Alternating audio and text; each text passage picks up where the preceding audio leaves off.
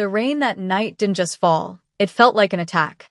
It hammered against the cracked pavement of the city streets, turning the potholes into deep, dirty puddles of oil and freezing water. I stood shivering under the broken plastic shelter of the bus stop, wrapping my arms tightly around my chest. My name is Amara. I am 25 years old, and tonight, I felt every single year pressing down on me.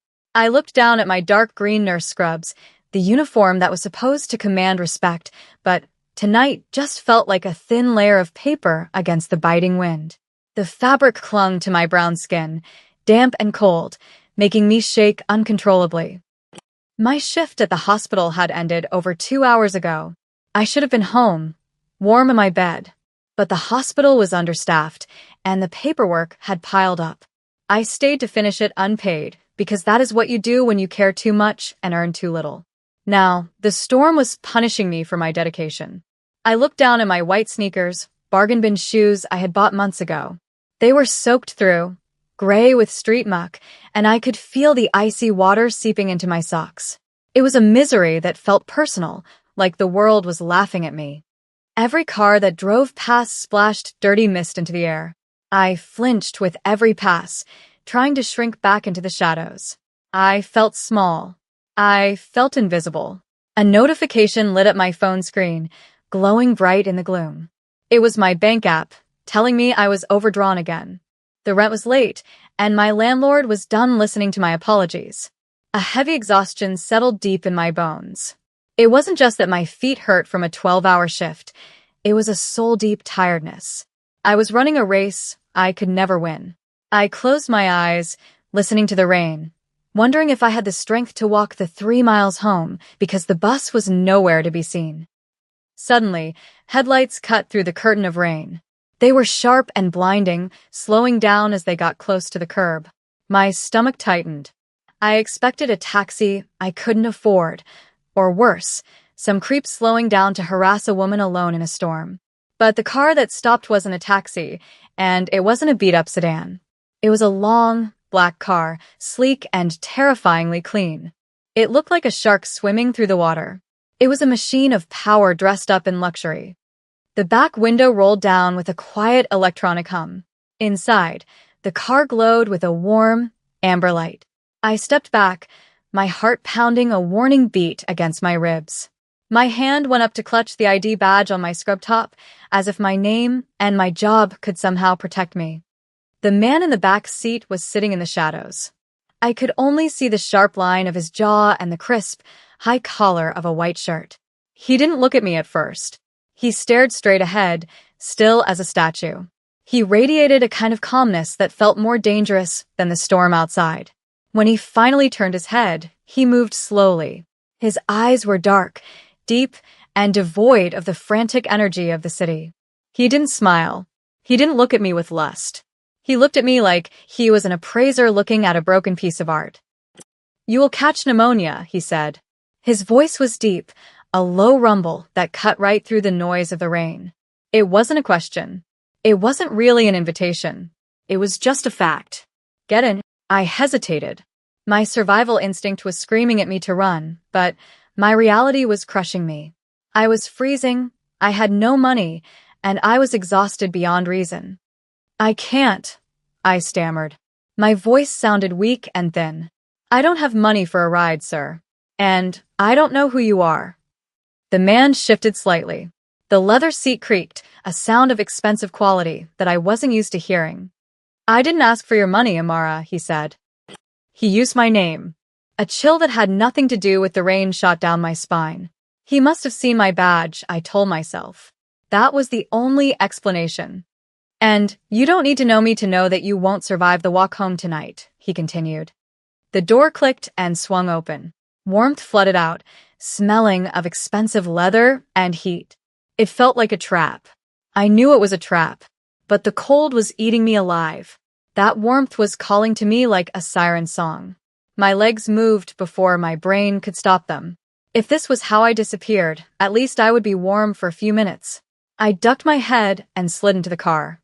The heavy door thudded shut behind me, sealing out the rain, the noise, and the miserable world I lived in. The silence inside the car was absolute. It was a pressurized bubble of luxury. It smelled of ozone and a faint, woodsy cologne that was sharp and intoxicating. I pressed myself against the door, trying to take up as little space as possible. I was terrified of dripping rainwater onto the pristine seats. The driver, a silhouette behind a partition, pulled the car away from the curb so smoothly I barely felt it move. I glanced at the man beside me. Up close, he was devastatingly handsome, but in a severe, intimidating way. He had high cheekbones and hair as black as ink that fell slightly over his forehead. He was wearing a perfectly tailored black suit that looked like it cost more than my entire life's earnings, paired with a crisp white shirt. He looked to be in his early 30s, but his eyes held the weight of an old soul. He was looking at a tablet, swiping across the screen, ignoring my shivering form entirely. "Where are we going?" I asked, my voice trembling. I tried to sound tough, but I failed. "My apartment is the other way. You need to turn around." He didn't look up. He didn't even blink. "Your apartment has no heat," he said. His tone was casual, as if we were discussing the weather. "The landlord turned it off yesterday. The lock on your front door is broken, and your neighborhood has had 3 break-ins this week. Taking you there would be negligent." Panic flared hot and bright in my chest. "Who are you?" I demanded. I reached for the door handle, but it was locked. "Let me out. Right now." Finally, he set the tablet down and turned to face me fully. The intensity of his gaze pinned me to the seat. "My name is Junho," he said, speaking clearly. "And you are not a prisoner, Amara. You are a guest who needs help. You save lives every day at the hospital, yet you cannot seem to save your own. Consider this divine intervention." There was no mockery in his voice, only a strange curiosity. He reached into a small cooler built into the console and pulled out a bottle of water, handing it to me. "Drink." "You are dehydrated." I stared at the bottle, then at him. The fear was still there, pulsing in my throat, but beneath it was a strange tiredness. The heat of the car was soaking into my frozen limbs, making my eyelids heavy. I took the water. My fingers brushed against his. His skin was cool, dry, and firm. I opened the bottle and drank, the cool liquid soothing my throat. "Why me?" I whispered. The fight was draining out of me as the exhaustion of the double shift crashed down. There are thousands of nurses in this city. "Juno, watch me." His expression was unreadable as he looked at the dark circles under my eyes. "Because you are the only one who stopped to help the man in the alley 3 weeks ago," he said softly. "The one with the stab wound everyone else stepped over. You ruined your uniform that night. You missed your bus. You stitched him up with a travel kit and called an ambulance, knowing you wouldn't get paid, knowing it would make you late." My memory flickered back to that night. A bloody, rainy night. A groan from the shadows. The instinct to kneel in the mud and help. I hadn't thought anyone had seen that. "He survived," Junho continued. His voice dropped, becoming lower, almost intimate. "He is one of my best men. He is valuable to me. Therefore, you are valuable to me." The logic was twisted, old-fashioned, and terrifying. The hum of the engine and the warmth of the car were pulling me under. My head dipped, my vision blurring. I tried to stay awake, to fight the darkness, but my body betrayed me. The last thing I felt was the car turning onto a highway, leaving the city lights behind, and the weight of Junho's gaze resting on me as I slipped into sleep. Waking up was a slow, confusing process. I felt like I was floating in a cloud. It was nothing like the lumpy mattress with the poking spring I had left behind that morning. I opened my eyes, blinking against the soft light coming through sheer curtains. I was lying in a bed that could have fit my entire apartment. The sheets were snowy white and smelled of lavender. For a moment, I thought I had died. This was too clean, too quiet, too peaceful to be my life. Then, the memory of the rain and the black car crashed back into my mind. I sat up with a gasp, my heart hammering. I looked down at myself. My damp, filthy green scrubs were gone. In their place, I was wearing a silk pajama set in a pale, shimmering champagne color. The fabric slid against my beautiful brown skin like water.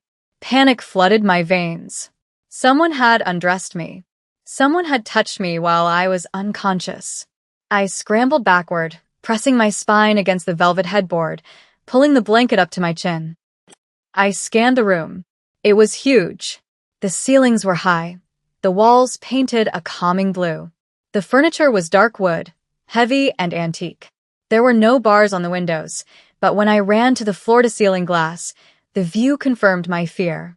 I was high up, looking down over a massive estate. Green lawns stretched out toward a thick forest.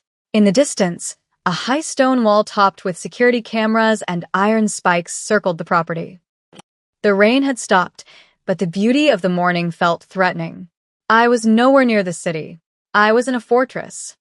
I turned back to the room. My clothes were gone. My phone was missing. On the bedside table, there was a glass of water and a single white orchid on a silver tray. It felt like a taunt. I needed to get out. I moved toward the heavy double doors, my bare feet sinking into the plush carpet. I reached for the handle, expecting it to be locked. To my surprise, the handle turned. The door swung open silently. I stepped out into a hallway that stretched out in both directions, wide and silent. "Hello," I called out. My voice was swallowed by the size of the house. "Is anyone there?" Silence was my only answer. I walked cautiously, finding a grand staircase. I walked down, my heart beating fast. The house was like a museum. No dust, no clutter. Perfect and dead. At the bottom of the stairs, a woman appeared. She was older, Korean, wearing a severe black dress with a white apron. Her hair was in a tight bun, her face blank. "Good morning, Miss Amara," she said. Her voice was dry. "I trust you slept well. The master said not to disturb you." I froze. "Who are you?" I asked. "Where are my clothes? Why am I here?" The woman clasped her hands. "I am Mrs. Choi, the housekeeper. Your clothes have been washed, though they were quite damaged. As for why you are here, you must ask Mr. Kim. He is waiting in the dining room." "I want to leave," I said, my voice rising. "I want a taxi." Mrs. Choi looked at me with a flicker of pity. "There are no taxis here, Mississippi. And the gates are locked for your protection. You should eat. You look pale." She walked away, leaving me alone. Anger began to replace my fear. I marched toward the doors she had pointed to and shoved them open. The dining room was bathed in morning light. A long mahogany table stretched out before me. At the far end, seated with his back to a massive window, was Junho. He was dressed in a charcoal suit today, perfectly tailored, with a fresh, white shirt. He looked up as I entered. His expression was calm. "Amara," he said, nodding to an empty chair. "Please, sit." I didn't move. I stood in the doorway, fists clenched. The silk pajamas felt like a costume. "I'm not hungry," I snapped. "I want to go home. You have no right to keep me here. This is kidnapping." Junho stood up. His movement was smooth and predatory. He walked toward me. The room felt suddenly smaller. He stopped a few feet away. I could smell that same woodsy cologne. "Kidnapping implies I want a ransom or I want to hurt you," he said quietly. "I have neither. I brought you here because the alternative was watching you freeze on a street corner." "You are angry," he observed. "Good. Anger is better than despair. It means you have fight left in you." He gestured to the window. "Look at the gate, Amara. Really look at it." I followed his gaze. Through the glass, I could see two men standing by the iron gates. They were wearing dark suits and holding assault rifles. My breath hitched. "Who are you?" I whispered. "I am a Korean Mafia boss," Junho replied. He said the words clearly, owning the title. "I am a man with many enemies. And because you saved one of my lieutenants, you have placed yourself on a chessboard you do not understand. My enemies know who you are. They know you helped the Korean Mafia. If I send you back to that apartment with your broken lock, you will be dead within the week. They will use you to get to me." He paused, letting the weight of his words settle on me. "You are not a prisoner, Amara. You are a refugee. And until I say it is safe, you belong to this house." The finality in his tone struck me hard. He wasn't asking. He was telling me my new reality. I looked at his face, searching for a lie, but found only a terrifying resolve. I was trapped by a debt I didn't know I owed, held by a mafia boss who looked at me not as a woman, but as a strategic asset. Sit, he said again, softer this time. Eat. We have much to discuss. The days that followed blurred together. It was a suffocating loop of luxury. I was a bird in a golden cage. I could go to the library or the garden, but never beyond the heavy iron gates. I rarely saw Junho during the day. He disappeared into the West Wing, guarded by silent men in suits. But the evenings were different. The evenings belonged to dinner. Mrs. Choi would lay out a dress for me. Always elegant, always expensive. I would dress, feeling the silk reshape me from a tired nurse into something ornamental. We would eat at the long table. The silence was thick. He would ask about my childhood, my studies, the patience I had lost. He listened with an intensity that made me feel exposed. On the fifth night, I couldn't sleep. I wandered into the library. The room was dark, lined with thousands of books. A fire crackled in the fireplace. I thought I was alone until I saw him by the window. He held a glass of amber liquid. He had taken off his suit jacket. His white shirt was unbuttoned at the collar, sleeves rolled up to show strong forearms. It was the first time I had seen the mafia boss look like a human being. Insomnia is common when you are displaced, he said without turning around. Or is it a guilty conscience, Amara? I stepped into the room. I have nothing to be guilty about, I replied. I'm not the one holding people against their will. Junho turned. The firelight caught the sharp angles of his face. He looked weary. He took a sip of his drink, his eyes traveling over me. I was wearing a silk robe he had provided. You are not a prisoner, he corrected softly, walking toward me. You are being preserved. There is a difference. Value. I repeated bitterly. You talk about me like I'm an asset, like that orchid upstairs. Junho set his glass down. He closed the distance between us. The air in the room felt heavy with electricity. He reached out, his fingers grazing my cheek. I flinched, not from fear, but from the shock of his touch. The orchid is decorative, he murmured. His voice was a low rumble. You are something else. You have seen blood and death, yet you still look at the world with kindness. That is rare in my life, Amara. It is dangerous, and it is captivating. I couldn't move. I was trapped in his gaze. What do you want from me? I whispered. He looked at my lips, then back to my eyes. Tonight, he said, stepping back, I just want you to sit with me. The silence in this house is loud, and I am tired of listening to it alone. The fragile peace was shattered 2 nights later. I was in my room when the estate's alarms began to scream. The lights flickered and died, plunging the room into darkness. Panic seized my throat. I heard shouting, heavy boots, and the terrifying crack of gunfire from the grounds below. My breath came in short gasps. The enemies he spoke of had come. I waited for the door to burst open, for rough hands to grab me. Instead, the door flew open, and a beam of light cut through the dark. It was Junho. He held a handgun with a flashlight attached. He was breathing hard. His white shirt was torn at the shoulder, and a dark stain of blood was spreading across the fabric. Amara, he barked. Get down. Away from the windows. He crossed the room in 3 strides, grabbing my arm. He pulled me away from the glass and shoved me into the bathroom. Stay here, he ordered. Do not open this door for anyone but me. Do you understand? I looked at the blood on his shirt. The nurse and me took over. You're bleeding, I said, reaching for him. Junho, you're hurt. He caught my wrists. His adrenaline was high, radiating a scary energy. It's a graze, he said tightly. A warning shot. My men are handling it. You are the target, Amara. They know you are here. The reality hit me like a punch. Why? I choked out. Why didn't you let me go? Junho looked at me then, the mask of the mafia boss slipping. He cupped my face with his hand, his thumb wiping away a tear I didn't know had fallen. Because, he whispered, I couldn't trust anyone else to keep you alive. And I couldn't bear the thought of you dying in the gutter where I found you. The gunfire stopped outside. He leaned his forehead against mine for a second.